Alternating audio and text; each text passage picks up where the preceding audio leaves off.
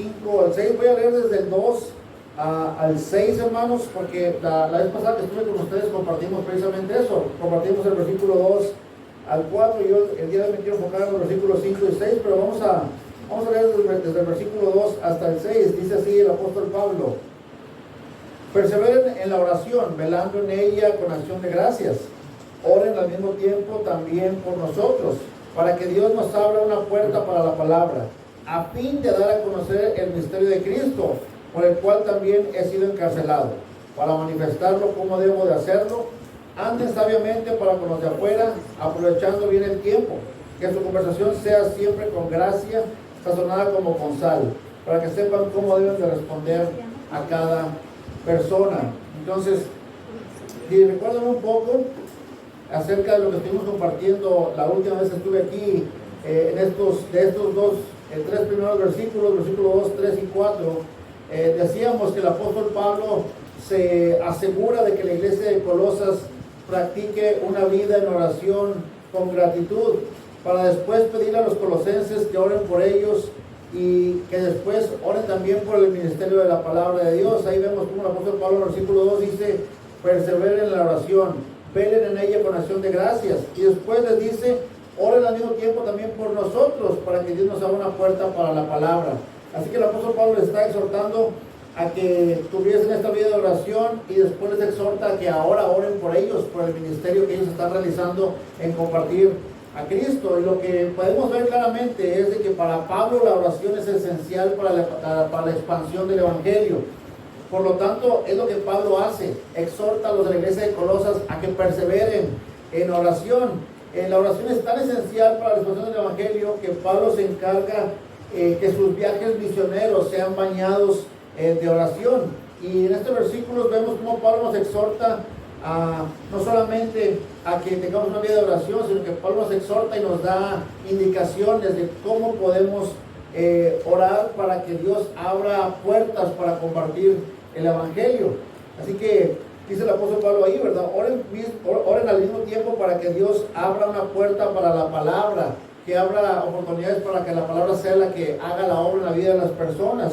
Entonces, cuando decimos esto, lo que estamos diciendo es de que el éxito entonces de la misión evangelística depende absolutamente de que Dios abra puertas para la palabra, no importando las circunstancias en que nos encontremos. El apóstol Pablo también está pidiendo oración para que no solamente Dios abra puertas para que la palabra traiga fruto en la vida de las personas, sino que el apóstol Pablo también, ahí en el versículo 3, está orando para que los de Colosas oren para que Pablo y su equipo simplemente prediquen a Cristo. Es decir, una cosa es depender de que Dios abra las puertas, de que abra oportunidades para la palabra y que la palabra tenga fruto, pero también otra cosa es de que si Dios va a abrir puertas para la palabra de Dios, para traer salvación a muchos, nosotros necesitamos hablar. Así que Pablo está diciendo, oren para que nosotros manifestemos el misterio de Cristo.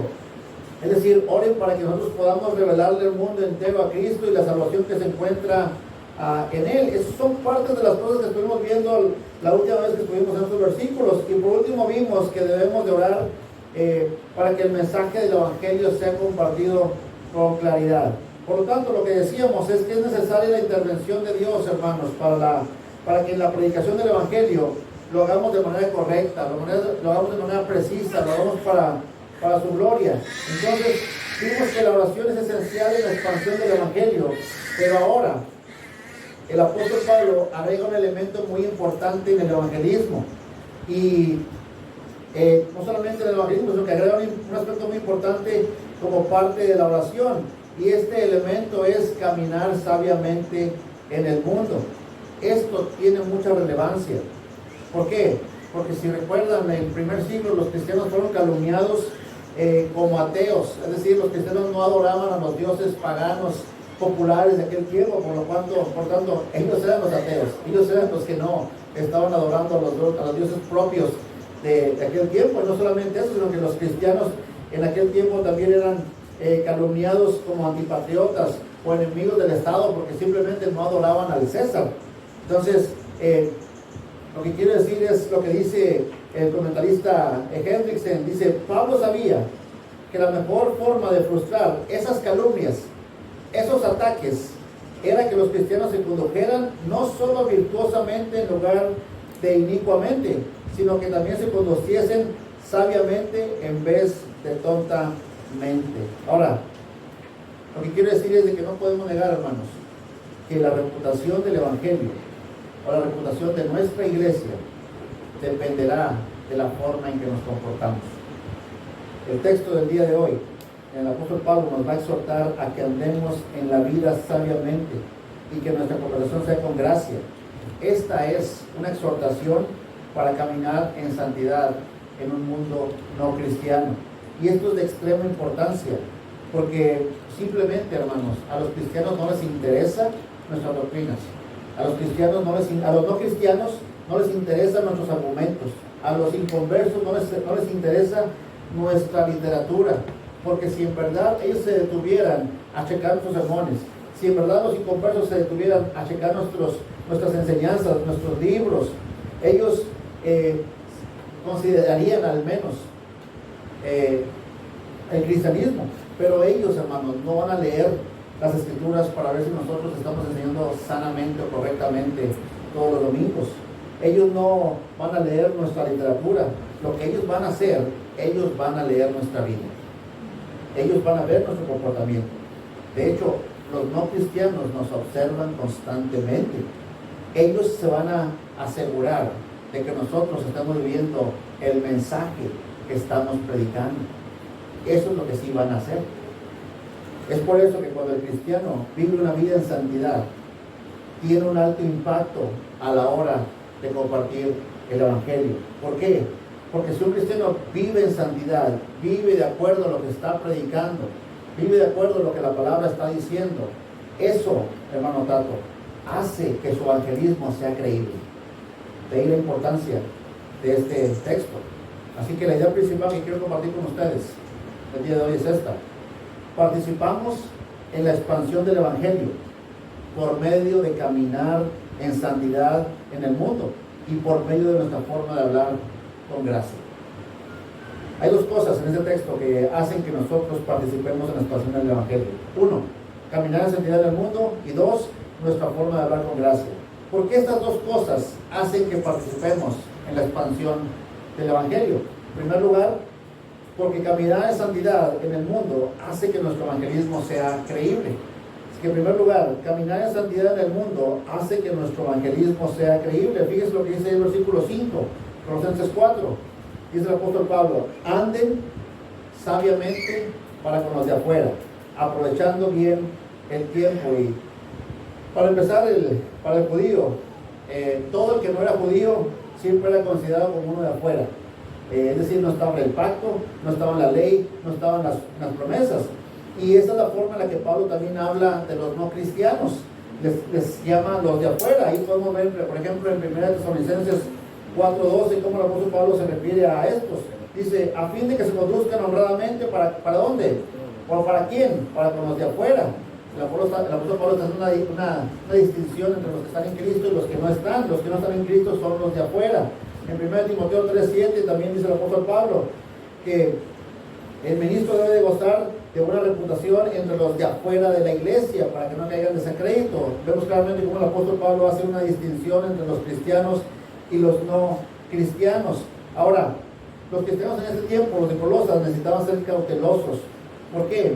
Porque estos estaban expuestos ante los no cristianos y estaban siendo atacados, estaban siendo su fe atacada o perseguida. Pero también esta exhortación que vemos claramente del apóstol Pablo, que dice que nosotros debemos de andar sabiamente para con los de afuera, es una exhortación para los creyentes de Colosas y el comportamiento que ellos deben de tener con sus vecinos, con sus familiares, en donde quiera que ellos se conducían. Así que el mandato del apóstol Pablo es este: anden sabiamente para los que no son cristianos. Y algo muy interesante es que el apóstol Pablo usa esta palabra, esta frase, anden, y él usa esta frase en todas sus cartas para hablarnos acerca de la santificación. Así que cuando Pablo nos dice que andemos, él está hablando de que seamos santificados. El apóstol Pablo usa, por ejemplo, en Gálatas 5:16 lo siguiente, dice: digo pues, anden por el Espíritu y no cumplan el deseo de la carne. Nos está exhortando a que que caminemos en santidad, haciendo a un lado los deseos de la carne y que andemos en el Espíritu. En Efesios 5:2, el apóstol Pablo nuevamente usa esta palabra: anden en amor, así como también Cristo les amó y se dio a sí mismo por nosotros. Es una exhortación a caminar una vida santa, en este caso a ejercitar, a amar, amarse entre hermanos. En Efesios 5:8 el apóstol Pablo dice lo siguiente: porque antes ustedes eran tinieblas, pero ahora son luz en el Señor. Por lo tanto, anden como hijos en luz. Pueden ver ustedes cómo cuando el apóstol Pablo usa esta palabra andar, caminar o conducirse o ir, está apuntando hacia que debemos crecer en santidad, debemos de perseverar en esa santidad independientemente de lo que está diciendo. Y por último, en Colosenses 2:6 dice: por lo tanto, de la manera que recibieron a Cristo Jesús el Señor, así anden en Él. Así que andar sabiamente nos indica andar de manera santa para con los de afuera. Significa vivir una vida apartada del pecado, no participando en las mismas obras pecaminosas que practican los que están afuera. Ahora, es importante aclarar que el caminar en sabiduría es caminar en una vida santa, apartada del pecado. ¿Por qué? Porque cualquiera puede actuar conforme a su propia sabiduría. Cualquiera puede ser sabio en su propia opinión, o cualquiera puede andar una vida que es moral y puede ser correcta, ¿verdad? Por lo tanto, el caminar en sabiduría significa caminar una vida, abandonar una vida que glorifica a Dios. Por ejemplo, en Efesios 5:11, fíjese el apóstol Pablo cómo nos exhorta a que la forma que caminemos, a que la forma santa que andemos, debe ser una forma en la cual glorifica a Dios y no simplemente es una forma moral en la cual podemos comportarnos. Dice Efesios 5:11: no participen en las obras estériles de las tinieblas, sino más bien desenmascárenlas. Es decir, muchas personas pueden andar en la verdad, pero no todos denuncian la mentira. O sea, mucha gente puede andar en lo correcto, pero no mucha gente se atreve a desenmascarar la injusticia. 1 Pedro 3:15 dice: sino que ustedes santifiquen a Cristo como el Señor en sus corazones. Es decir, consagren, dedíquense al Señor en sus personas mismas, estando siempre preparados ¿para qué? Para presentar defensa ante todo lo que les demande razón de la esperanza que hay en ustedes. Es decir, estén listos para dar testimonio de la esperanza que tienen en sus corazones. Estén listos para defender la verdad. Estén listos para defender y exaltar el nombre de Cristo. Y el apóstol Pedro dice: pero háganlo con mansedumbre y reverencia. Cualquiera puede defender la verdad. Cualquiera puede buscar la justicia. Pero no cualquiera lo hace con mansedumbre o con reverencia. Pues aquí está la distinción. El comportamiento que Pablo está demandando de nosotros es que andemos en sabiduría, una forma santa, y esa forma santa ha de glorificar a Dios. ¿De qué manera? Cuando doy testimonio de la verdad, lo hago con referencia, lo hago con mansedumbre, lo hago dando gloria a Dios. Dice 1 Pedro también, capítulo 1, 14 y 16: como hijos obedientes, no se conformen a los deseos que tenían en su ignorancia, sino que como aquel que los llamó es santo, así también sean ustedes santos en toda su manera de vivir. ¿Por qué? Porque escrito está: sean santos porque yo soy santo. Es decir, el apóstol Pablo nos está indicando a que ya no volvamos a los mismos patrones de pecado, a que no regresemos al mismo vómito del cual el Señor nos sacó, sino que ahora nos está diciendo: tu Señor es santo, el que te llamó es santo, por lo tanto así has de vivir de esa manera santa, porque santo es el Señor, así que tú debes de actuar en manera santa. Así que cuando uno se aparta del pecado y uno no regresa al pecado del cual Dios nos salvó y caminamos una vida santa y correcta delante de Dios, eso glorifica al Señor. Andar sabiamente, andar conforme a lo que Él es santo, es una manera de glorificarlo a Él. Entonces, esta es la manera en la que los colosenses se habían de relacionar con los de afuera, se habían de relacionar con los de la comunidad cristiana también. Pero ¿por qué es importante la forma santa y sabia de relacionarse con los de afuera? ¿Por qué es importante, hermano Gacegua, comportarse de una manera sabia y santa para con los que no son cristianos? Porque una vida en santidad es una prueba irrefutable del poder de la salvación del Evangelio. Una vida en santidad está dando testimonio de que en efecto algo pasó internamente por medio del poder del Evangelio. Es decir, una vida en santidad es una prueba de que Cristo ha salvado a esa persona.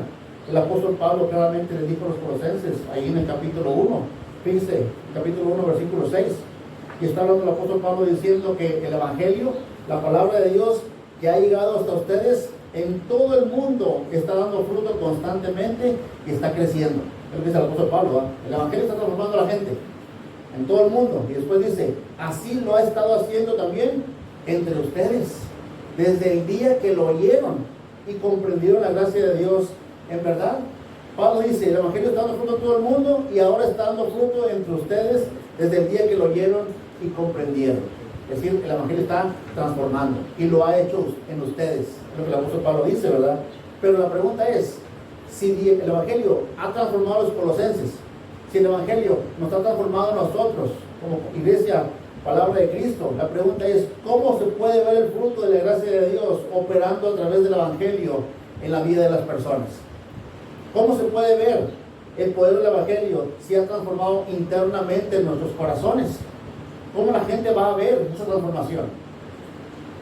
Fácilmente, ¿verdad? Por la forma en que nos comportamos externamente. No es nada complicado, ¿verdad? Es algo muy sencillo. Por la forma en la que uno se conduce en la vida. Es decir, hermanos, cuando nosotros como cristianos caminamos en santidad, caminamos sabiamente para con los de afuera, estamos simplemente dando testimonio del poder transformador que se ha efectuado en nosotros. Estamos dando testimonio del poder transformador del Evangelio de Cristo. Estamos dando testimonio de que el Evangelio en efecto es poder de Dios para salvación a todo aquel que ha puesto su fe en Él. Así que, por lo tanto, cuando el cristiano camina sabiamente para con los de afuera, está dando credibilidad al mensaje del Evangelio. Y ahí la importancia, entonces, de caminar una vida santa, una vida recta, una vida que honra a nuestro Salvador. Porque precisamente nos ha sacado de esa inmundicia, nos ha sacado de nuestro pecado y nos ha trasladado al reino de su Hijo amado, al reino de luz. Ahora, algo muy importante, ¿verdad? La exhortación es muy clara: caminar en santidad, caminar en justicia, caminar en rectitud. Pero también, tal vez usted, al momento de compartir el Evangelio, ha memorizado su forma de presentar el Evangelio. Usted puede ser muy ortodoxo, usted puede ser muy claro, muy recto, usted puede ser muy propio, muy articulado en presentar las verdades bíblicas, en memorizar de manera clara el Evangelio. Usted puede ser muy convincente al momento de explicar las Escrituras a una persona para que venga al conocimiento de Cristo. No hay nada malo de eso, deseamos eso, aspiramos a una presentación clara y bíblica del Evangelio que dé testimonio de cuál era nuestro estado pecaminoso y cómo el Señor Jesús se interpone delante de nosotros, está dispuesto a salvar nuestra vida. Eso está bien, pero tenemos que considerar algo: los inconversos van a cerrar sus oídos si nosotros tenemos patrones o hábitos de pecado en nuestra vida. Es decir, si ellos ven en nosotros el enojo, si ven la lujuria, si ven chismes, si ven pereza, si ven maledicencia, si ven todas esas cosas malas, ellos van a cerrar sus oídos, ellos no van a prestar atención a nuestro mensaje. Por lo tanto, hermanos, debemos de dejar que nuestra santidad sea la que nos distinga del mundo. Es decir, el que la gente vea en nosotros una vida transformada es una prueba irresistible de la salvación que Cristo ofrece.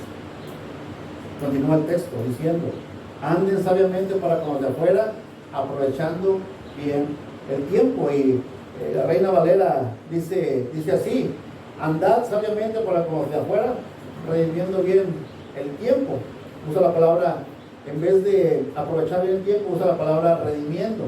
Entonces Pablo usa este término. De hecho es el mismo término, pero aquí nuestra versión tiene traducida como aprovechando, pero también tiene el sentido de redimir. Y Pablo usa este término redimir, que significa comprar de regreso, significa rescatar, pagar un precio de rescate. Eso es redimir básicamente. Así que aprovechar bien el tiempo significa sacar el máximo provecho de las oportunidades. En este caso significa aprovechar al máximo las oportunidades que tenemos para ganar almas para Cristo. Es como si el apóstol Pablo nos estuviera diciendo: no te quedes esperando a que se presente la oportunidad, aprovecha bien el tiempo, ve y busca oportunidades, ¿sí? Ve y compra oportunidades, ve y genera oportunidades. Es decir, no tomes en cuenta el costo, no tomes en cuenta el sacrificio. Es decir, vale la pena cualquier esfuerzo. Vale la pena cualquier esfuerzo para ganar almas para Cristo. Así que andar sabiamente es aprovechar bien el tiempo para ganar almas para Cristo. De hecho, el Proverbios 11:30 dice que el que gana almas es sabio, y esto es muy relevante, porque fíjense lo que el apóstol Pablo ha venido discutiendo del versículo 2 al versículo 6.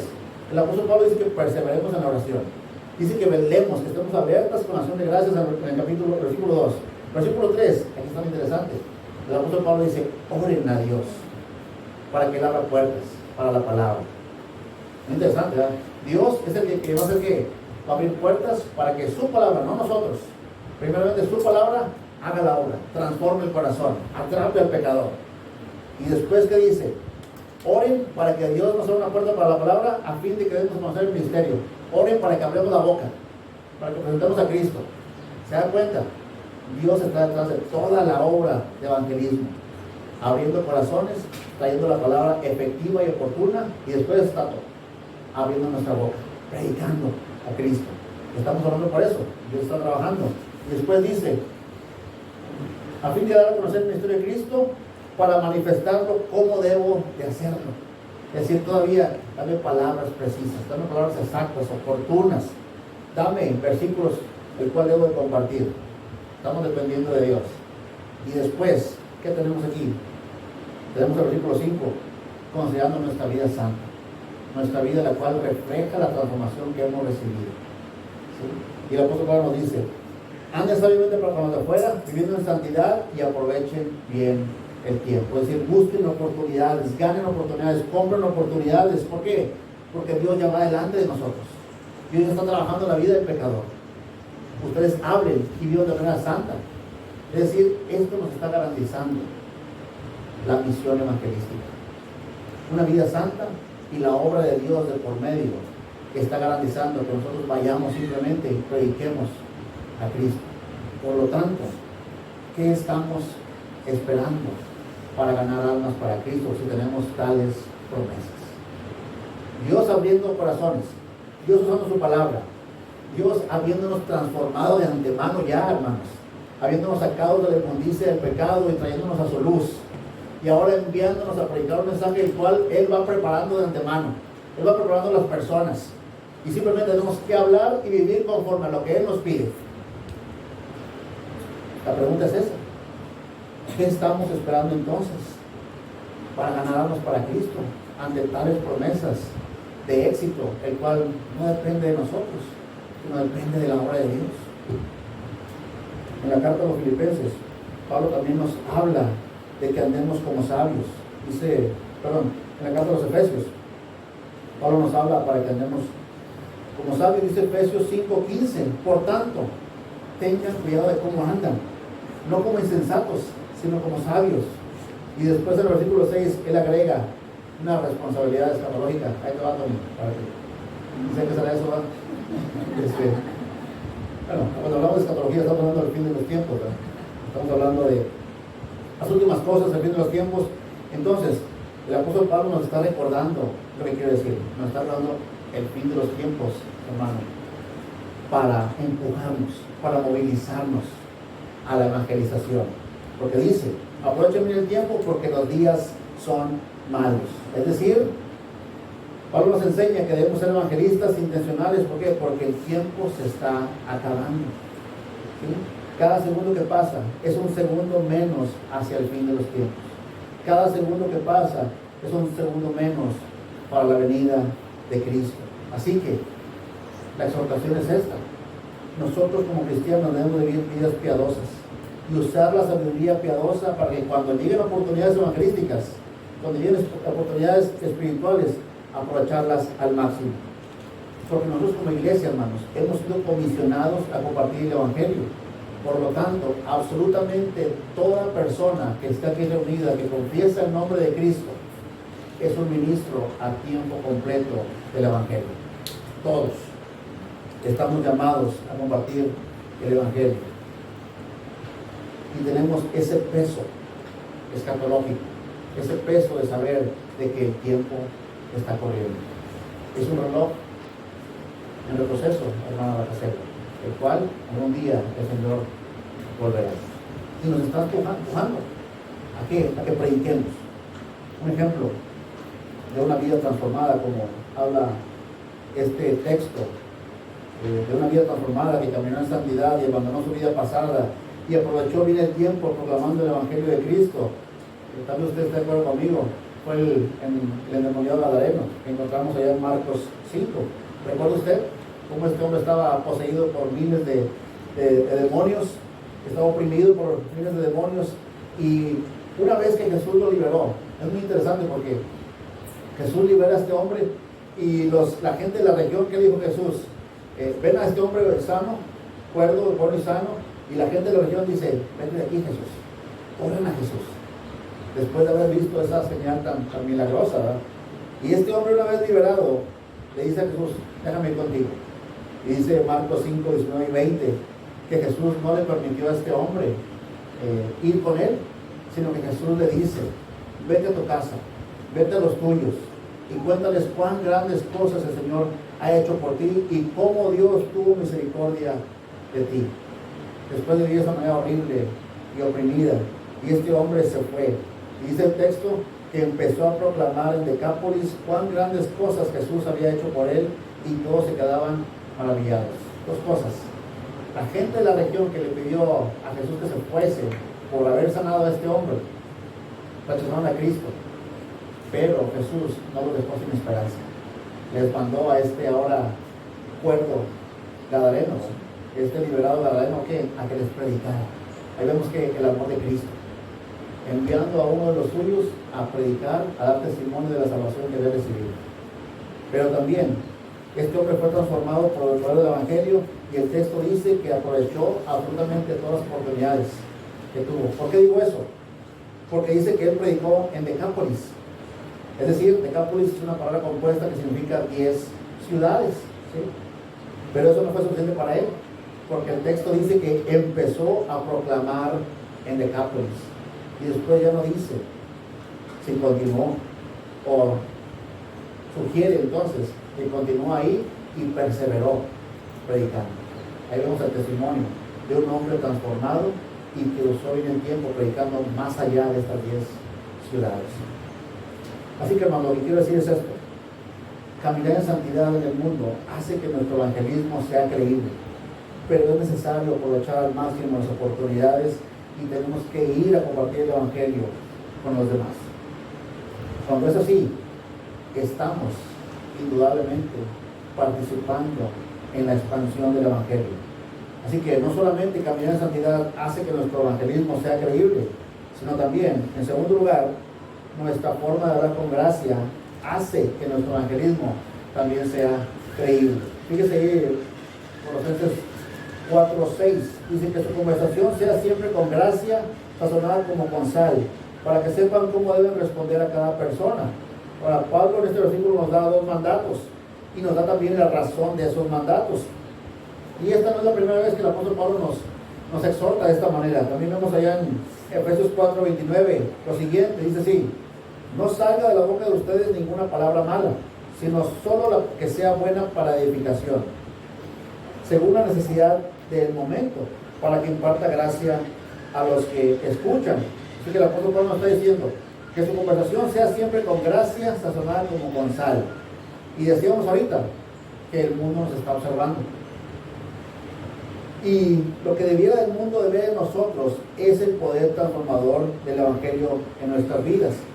Y el apóstol Pablo nos está diciendo que nuestra vida, nuestra conversación sea siempre con gracia, sazonada como con sal. Y usted no está de acuerdo conmigo que es una referencia a las enseñanzas de Jesús, cuando él nos enseñaba allá en Mateo 5:13 que nosotros somos la sal de la tierra. Y esa es una imagen que Jesús usa para enseñarnos algo muy importante.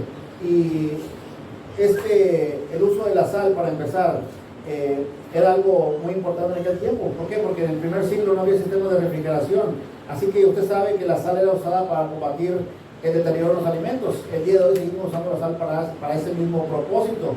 La sal era un preservador, la sal era un conservador, todavía lo es. ¿Por qué? Porque la sal evita que las carnes, por ejemplo, se echen a perder. Ahora, nosotros sabemos que nuestro mundo está en decadencia, nosotros sabemos que nuestro mundo se está descomponiendo delante de nosotros, Nuestro mundo se está pudriendo como si fuese un cadáver que está tirado allá en campo abierto. El mundo está caído, el mundo está en pecado y absolutamente está propenso a toda maldad.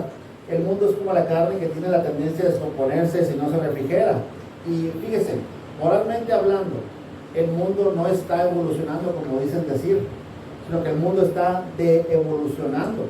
El mundo, ciertamente, la humanidad va creciendo en formas de sobrevivir, ha desarrollado muchos avances tecnológicos, hay muchas vacunas, el estilo de vida es mucho mejor que el que teníamos hace 500 años, pero si se da cuenta, por más avances tecnológicos, por más prosperidad de vida, por más que se haya aumentado el lapso de vida de las personas, la calidad moral, o moralmente hablando, el mundo no avanza.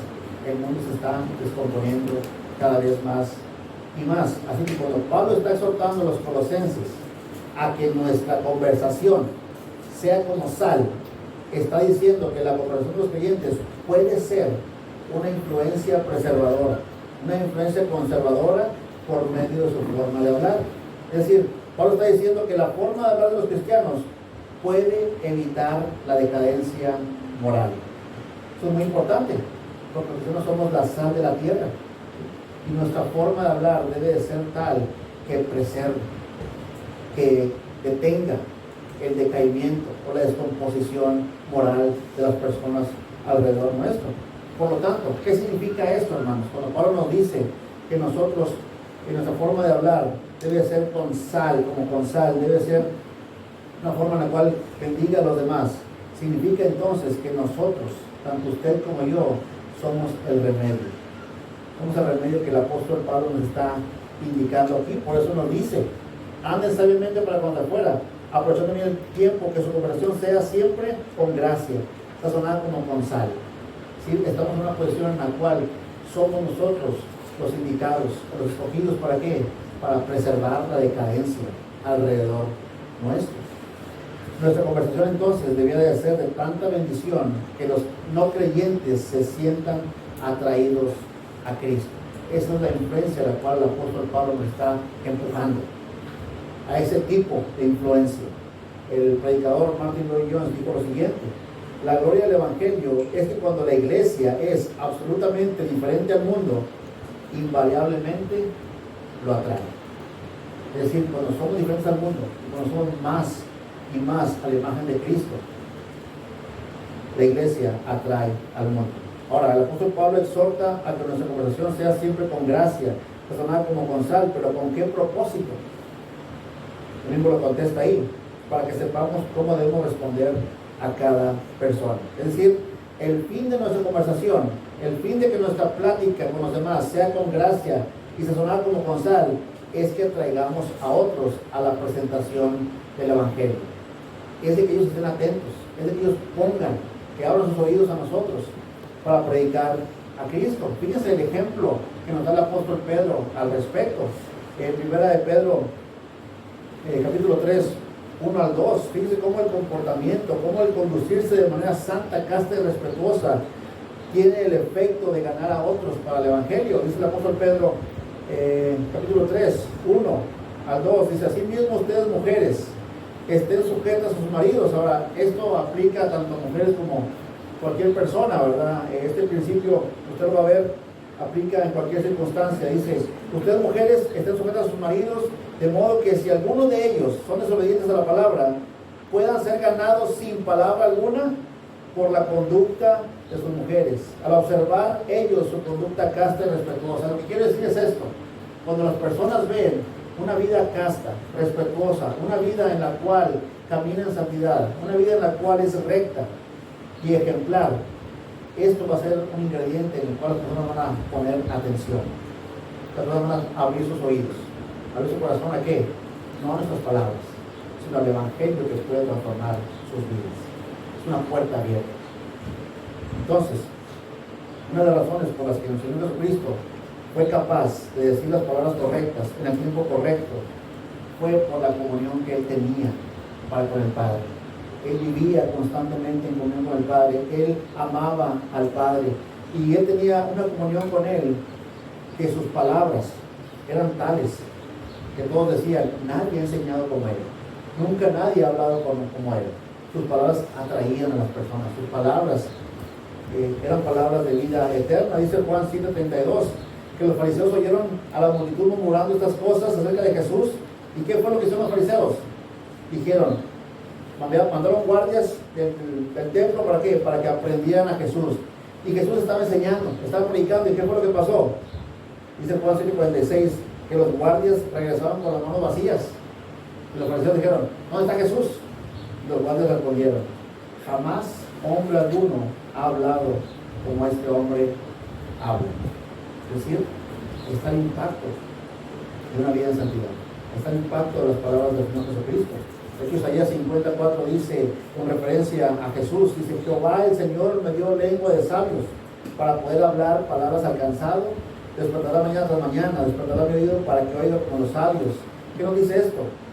Que nosotros podemos tener una conversación tal como tenemos más y más comunión con Cristo. Es decir, cuando pasamos más tiempo con el Señor, cuando aprendemos de Él, cuando nos enraizamos profundamente en su palabra, cuando oramos y meditamos y permitimos que su Espíritu Santo nos llene de su amor y nos llene de su palabra, eso va a acercarnos más a Dios, vamos a crecer en santidad, vamos a crecer en el poder del Espíritu Santo. Eso es lo que el apóstol Pablo enseñó a los Colosenses en el capítulo 3:16. Les dijo que la palabra de Cristo, que habite en abundancia en ustedes. Entre más nos llenamos de la palabra, entre más tenemos comunión con el Señor, la palabra de Cristo habita más en abundancia en nosotros. Que habite así con toda sabiduría, enseñándose y amonestándose unos a otros con salmos, himnos y canciones espirituales, cantando a Dios con acción de gracias en sus corazones. Pablo dice que la palabra abunde en nosotros, en nuestros corazones. ¿Para qué? Para que nos enseñemos, para que nos edifiquemos en el conocimiento de la palabra, con fin de conocer más a Cristo, para que nos amonestemos, para que nos corrijamos, para que nos advirtamos, para que nos aprevengamos unos a otros, para que nos reprendamos. ¿De qué manera? Por medio de salmos, de himnos, de canciones, siendo agradecidos. Y si se dan cuenta, Pablo está diciendo, enséñense y amonéstense. Es decir, esas dos cosas se hacen con la palabra, se hacen con la boca. ¿Qué es lo que quiero llegar? Lo que quiero llegar es de que una de las cosas que mata toda credibilidad de nuestro testimonio es cuando hablamos mal unos de otros. Pero el problema es de que no estamos enlazados en la palabra. El problema es de que no nos amamos unos a otros lo suficiente como para poder enseñar, como para poder corregir, como para poder advertir, como para poder reprender. Por lo tanto, es necesario que la palabra de Cristo habite en abundancia en nosotros para que seamos capaces de enseñarnos, para que seamos capaces de tener el amor y decir, hermano, detente, no sigas por ese camino. ¿Con qué objeto? De corregir, con el objeto de instruir, con el objeto de amonestar, con el objeto de que caminen una vida santa. ¿Por qué? Porque ¿qué pensarán los cristianos cuando escuchan a un cristiano hablar mal de otro cristiano? ¿Qué van a pensar los inconversos cuando nosotros, en vez de exhortarnos cuando estamos mal, estamos criticándonos unos a otros? Porque somos llamados a edificarnos unos a otros, somos llamados a amarnos, a corregirnos. Y cuando no hacemos eso, podemos caer en la crítica, podemos caer en el chisme, y es precisamente lo que el mundo no debiera de ver en nosotros. El mundo debiera de vernos rechazando el chisme, rechazando las críticas nocivas. El mundo debiera de vernos a nosotros rechazando las habladurías escondidas entre hermanos. El mundo debiera ver la obra de Dios en nuestras vidas cuando nosotros como hermanos nos hablamos con claridad, cuando nos hablamos con la verdad. El mundo debiera de ver cómo nos hablamos con sinceridad y sin tapujos. El mundo debiera ver cómo nuestras palabras tienen la intención de edificar aún en medio de nuestras fallas, aún en medio de nuestros pecados. Eso es lo que el mundo debiera de ver. Cómo nos amamos cuando nos corregimos, cómo nos amamos cuando nos exhortamos. Y no debiera de ver cómo nos apuñalamos en la espalda como el mundo usualmente lo hace. David mismo sabía la importancia de ser prudentes con la lengua, pero también David reconocía que necesitaba la fuerza de Dios para eso. Dice ya el Salmo 141, versículos 3 y 4. Fíjese lo que dice David: Señor, pon guarda en mi boca, vigila la puerta de mis labios. Dice David, no dejes que mi corazón se incline a nada malo. Le está guardando su boca, le está pidiendo a Dios que tuviera cuidado absoluto de su boca. Tanto que dice, tápame la boca, cierra mi boca. Pero no es suficiente. David agrega un elemento más. Él sabía que el corazón limpio delante de Dios es la clave para hablar correctamente. Es decir, es la clave para dominar su lengua. Dice él, no dejes que mi corazón se incline a nada malo. Es decir, ahí está la fuente, ahí está la raíz de la maldad. Y David está diciendo, santifícame, limpia mi corazón entonces. ¿De qué manera? Por medio de la obediencia a la palabra de Dios. No dejes que mi corazón se incline a nada malo. Es decir, ayúdame, es una petición, a andar en obediencia entonces. Este hombre santifica su corazón por medio de poner en práctica o poner por obra la palabra misma de Dios. A eso nos está empujando. ¿Por qué es importante eso para el evangelismo? Porque es importante el trato que tenemos entre hermanos. Porque es importante la forma en que nos tratamos, nos dirigimos unos a otros. Porque es importante entonces que seamos honestos y nos exhortemos y nos amemos de esta manera. Porque el buen trato que nos damos unos a otros por medio de nuestras palabras nace del amor que debemos tener unos por otros. Es por eso. El buen trato que tenemos unos por otros no nace de quedar bien con el pastor, no nace de quedar bien con la sociedad, nace del amor que se supone que debemos tener unos por otros. El buen trato que debemos tener unos por otros nace del amor que principalmente tenemos para con Dios. Y después lo externamos unos a otros. También, hermanos, porque cuando nos amamos unos a otros, es algo muy precioso. Cuando la iglesia se ama unos a otros, lo que estamos haciendo es de que hacemos que el amor de Cristo pueda ser visible y que el mundo lo vea. Es algo maravilloso.